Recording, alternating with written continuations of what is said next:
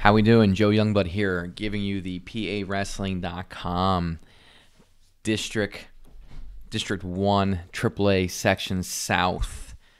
Want to make sure you're getting say the word section there, because I know some people are getting a little uptight about it, so I might as well refer to it and hit all the keywords: District 1, South, and Section.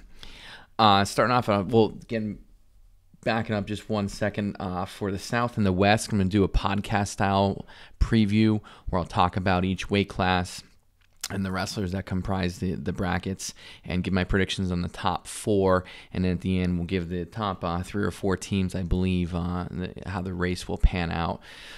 So like I said, we're doing the South here first, followed up by the West, then the East, and then the North. They'll be broken up by section. Using that word again. Looking at 106 pounds, though, this weight class to me is a collision course and possibly rubber match between Dylan Moore from Plymouth Whitemarsh and Colin Higgins from Upper Dublin.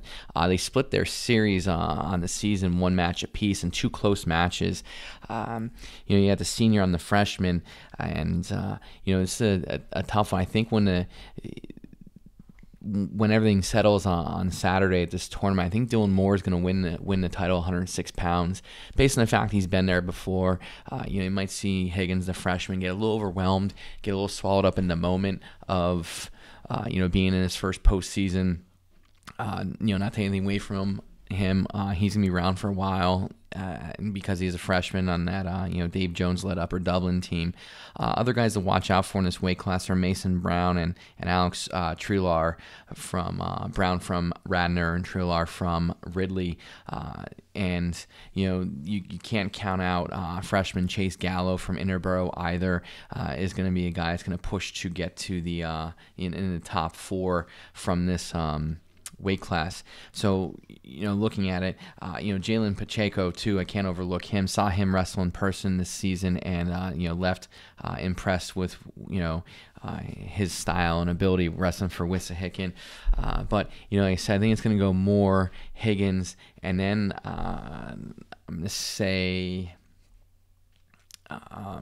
looking at my notes here, I'm going to go Trilar as the third place guy, and Gallo round out the top 4 for that weight class. And again, I just, at the end of the day, I think Interboro didn't get enough love this year, and didn't maybe get notoriety. They got some tough freshmen on their team. I had the opportunity to see them wrestle, 8th graders last year, and Interboro's got a nice group of kids coming up through, and you're going to see it's going to be not necessarily a recurring trend, but a lot of weight classes that they're tough in place. I think they're a way more tougher tournament team than they are a dual meet team. So where you might scratch your head and say, where am I going with this?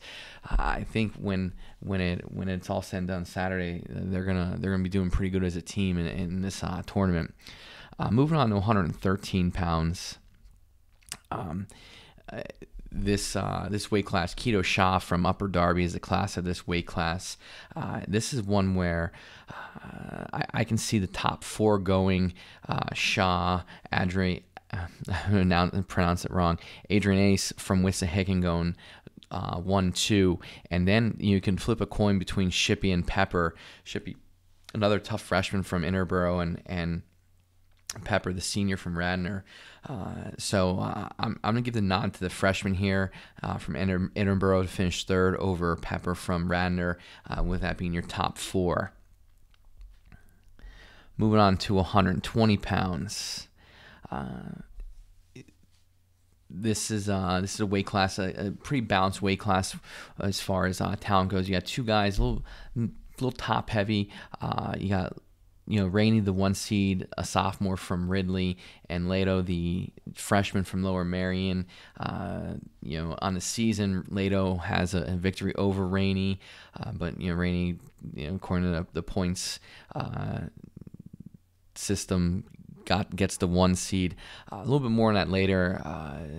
I was really big fan of the formulas to create the seeding, but I think it just this year there's a few where I just scratch my head between the 4, and you think about it, you have we have 64 different brackets in District 1 here to necessarily go over, and sometimes I was just left scratching my head after going through all of them, and but we'll get to that as they come. So I think Rainey and Leto get to the final, and I think Leto beats him again.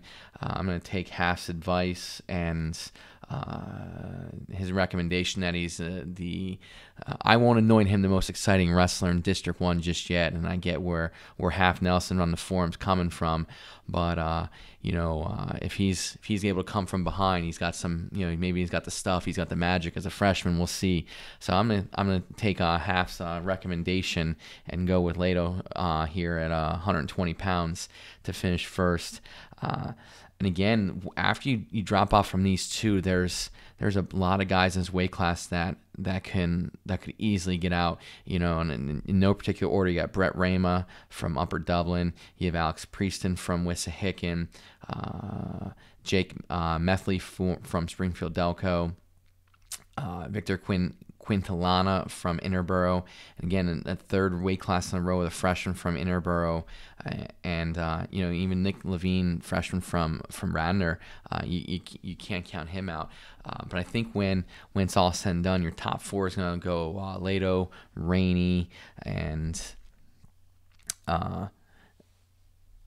Rama and Methley from Springfield Delco, and those will be your representation at that weight class. Moving on to 126 pounds, and there's going to be some good ones in this weight class as well. Matt Fritz, the 1 seed from Wissahickon, he's a sophomore, and again, got to see him wrestle in person when we covered Wissahickon, and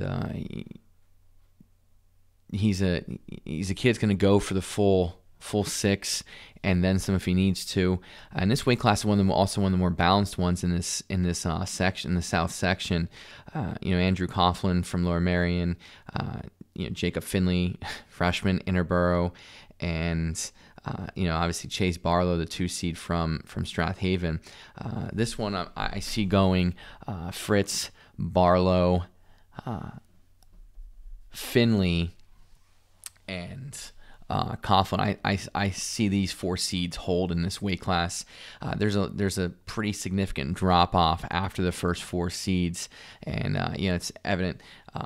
Just looking at the records and looking at who they've wrestled. So, but this one is far balanced with the 4 guys that could kind of go almost interchangeably. It could get interesting, but overall, like I said, I think the seeds are going to hold on this one. If I was going to this tournament, I would circle that Finley Barlow semifinal match at this weight class, just because you just don't know what happens in the postseason, and strange things happen, and maybe see the freshman knocking off freshman Finley on freshman Barlow, and seeing how those guys perform in their first postseason. Moving on to 132 pounds. This weight class, Christian Hodges from Lower Merion is the class of this weight class. This is his weight class to lose, and that's no disrespect to anyone else at 132 pounds. I just don't think that there's anyone in this weight class that could cause him any problems. And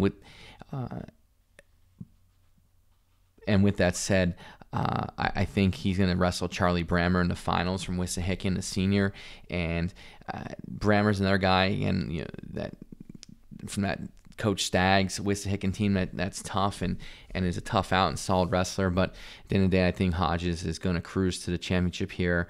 Brammer will be second. And then after that, again, there's a number of guys that could sneak in there and finish in that top 4, and I'm going to go with finishing third, Fink from Harriton, and fourth is going to be Cowan from Ridley, getting in there, and those guys being the top 4 representation, 132 pounds. So we roll into 138 pounds. We look at number 1 seed Roberto Lesser from Harriton, and again, he's a guy that I think it's his weight class to lose in a sense. The way I see this one playing out, I see, Leicester in the finals against Dominic D'Agostino from Interboro, and after that, I see Eli Rodriguez finishing third, and Peter Sweeney from Wissahickon finishing fourth for the Wissahickon Trojans. And there your top four would be Lesser, D'Agostino, Rodriguez, and Sweeney from Wissahickon. Mulligan from Radnor is another tough opponent in this weight class that I think comes down to that quarterfinal matchup between those two as far as who goes to stay away from the Rodriguez D'Agostino loser in the semis on the other side. So it's real important that the winner of that match I think is going to get through, and the loser ends up going home for the year. Moving on to 145 pounds. Guy I enjoyed watching last year, Jameer Ryder from Radnor, with the 1 seed here at this weight class. In this weight class, on paper, you look at the bracket and it looks pretty balanced. However, I think Ryder is head and shoulders the guy in this weight class that everyone's going to be aspiring to beat. And I don't think that. I think if he's on his game, he doesn't get challenged in this weight class. But looking at who finishes second, third, and fourth, and you look down the weight class, and you have any one of these guys, Dylan LeJuice, sophomore from Interboro. You have Stephen Lozano from Haverford High, sophomore, 27-9 this season. Kevin Kerwood from Upper Darby. Patrice Awo from Penwood, and Isaac Avellino from Plymouth Whitemarsh, the 2 seed. I think when it's all said and done, I think you're looking at the runner-up to this is going to be Kerwood from Upper Darby, and Lozano finishing third, and Avellino finishing fourth, to give you your top four at 145 pounds. Like I said, I believe Ryder is going to be the champ at this weight class. Moving into 152 pounds, this one kind of shocked me just overall. You got 5 guys getting buys into the quarterfinals. I just wouldn't expect a weight class in the middle there, 152 pounds, to be a weight class with this many holes in it. You expect it maybe either down low at the bottom or up at the top, but in any event, maybe 52 people are running from 52 to get a better route, or just not that many guys in this section of our district. Any event, the 1 seed Simon Bolger from Strathaven, your contenders Jerry Kern from Interboro, Michael Clarkson from Plymouth Whitemarsh, Samuel Richard from Lower Merion, Ryan Prum from Ridley, and Andrew Brown from Radnor. Those are the top 5 seeds there, and I think any one of them, really you could kind of flip a coin to decide some of these matchups. I think when it's you said that, I think you're going to see Curran in the final against Brown from Radnor, and I'm going to give the nod to the junior Curran winning this, coming out of the 5 seed, just because there's so much balance and no one really sticks out and has done anything to really stick out, and going from there, Bollinger finishing third, and Samuel Richard from Lower Merion finishing fourth. Moving on to 160 pounds. And again, this is one of those weight classes where you have a guy and then you have everyone else fighting for second, third, and fourth place. And that guy is John Crawford. He's returning regional runner-up, returning state qualifier. Again, he is the man at this weight class. And I don't think he'll be challenged. I believe he'll wrestle Kevin Solomon in the final from Wissahickon. But I don't think Solomon's going to have the juice to go with him and make it that much of a match. And Crawford's just been on a mission this whole season, and he's a guy I think coming from that Strathaven program has a good shot to get on the podium when in Hershey. Looking at how it plays out after that. Again, you look past these two, and maybe you can throw Shaq in there as 3, because Shaq and Salmon semi should be a pretty good match. Any number of guys can come out and go, but I think with this one, I think you're going to see Crawford 1, Salmon 2, Shaq 3, and Matt O'Neill from Upper Darby finishing in 4th place at this weight class. I just got a hunch Upper Darby has been tough the last few years, and he's had the opportunity to wrestle in that room with those good guys and see the success. And a lot of guys in Upper Darby's program have made nice runs in the postseason the last few years, and this is his chance as a senior to make it to the regional tournament. I think he'll take advantage of it. Moving on to 170 pounds, and again we have weight class with a guy that's, I think, head and shoulders above all the others, and that's James Lato from Lower Merion. Alleged,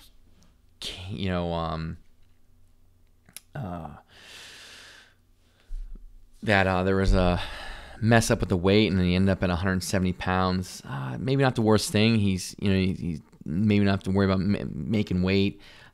He'd be wrestling bigger guys, but at least he'd be rested and in a fed state, and not having to maybe pull weight to get down to 62. Again, I don't know his weigh-ins. I haven't don't have access to look at that, but maybe maybe it's a good thing. And he's definitely proven in the past that he's a talented wrestler, and coming off a season which he was a state qualifier as a sophomore from that Lower Merion Aces program.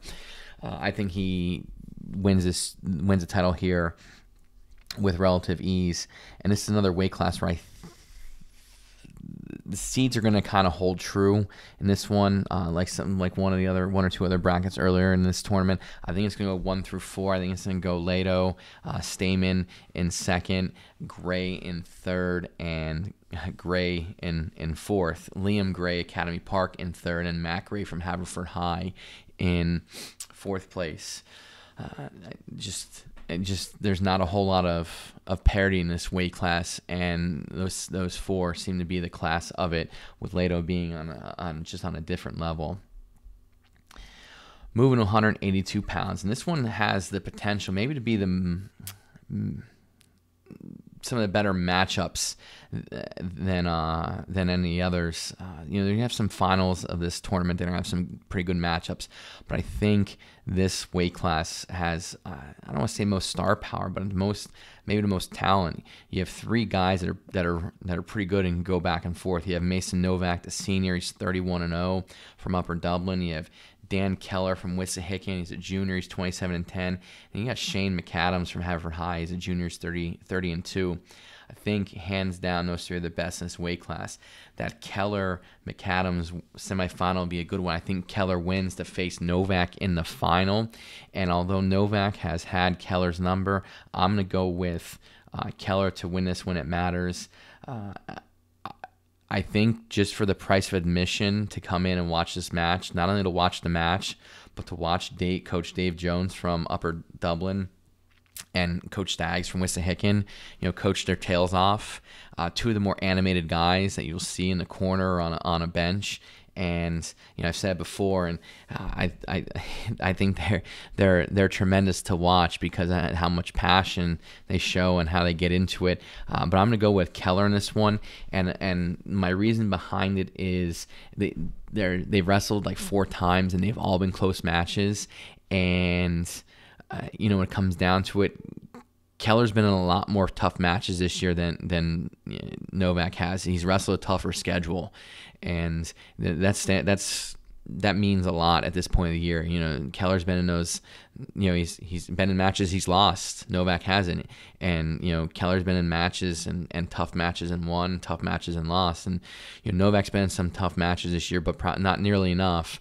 And I just think at the end of the day, I think Keller's going to get the best of him here, and maybe even that would be a pick for the OW coming out and winning that, beating a prior undefeated wrestler. So moving on to 195, and this weight class has 1, 3, 7 guys with buys into the quarters. So again, this is where you would expect to see a lot of teams not be able to field a full field all the way through. This one, Brian Fennell, is like in other weight classes, the guy, and he's a senior. He's 24-4. He's put together probably his best season as a varsity wrestler, and I'm glad to see it. He dealt with some different injuries and things that have kept him out of the lineup, and he's got 28 matches in, and he is for all intents and purposes firing on all cylinders. I think he has no issue getting to the finals, and in the final, I believe he'll wrestle Matt Natali from Strathaven, and this one will go Fennell, Natali, and then Shannon and Reagan. Shannon from Haverford High, Reagan from Ridley. This is another one of those weight classes, due in part because there are not that many guys in it that where the seeds will hold true, and just the hunch I got with looking at it and doing all the comparisons and using the Jets algorithms to help with some of my decision making this year has really hopefully put me over the top. More on that later. So going on to 220 pounds, this is a weight class with you got a returning state qualifier in Palo de Santo with White Marsh. I'm excited to see the mullet and how it's going. I hope he still has it. I won't get to see him till regionals. So, Paulo, if you're out there, I hope the mullet's still going strong, and I'm looking forward to seeing it flow at Satterton in 2 weeks, or in a week, sorry. This is a weight where DeSanto should not have any trouble winning. And again, just looking at it on paper and seeing some of the potential matchups, I don't see him having any difficulties. I believe he'll wrestle Shalom Thomas from Interboro in the final, and this will go, DeSanto Thomas second with John Harwood from Haverford High placing third, and Andrew Senlick from Upper Dublin finishing fourth. So DeSanto's the guy here. Mullet and all, gonna bring home the championship for the Colonials.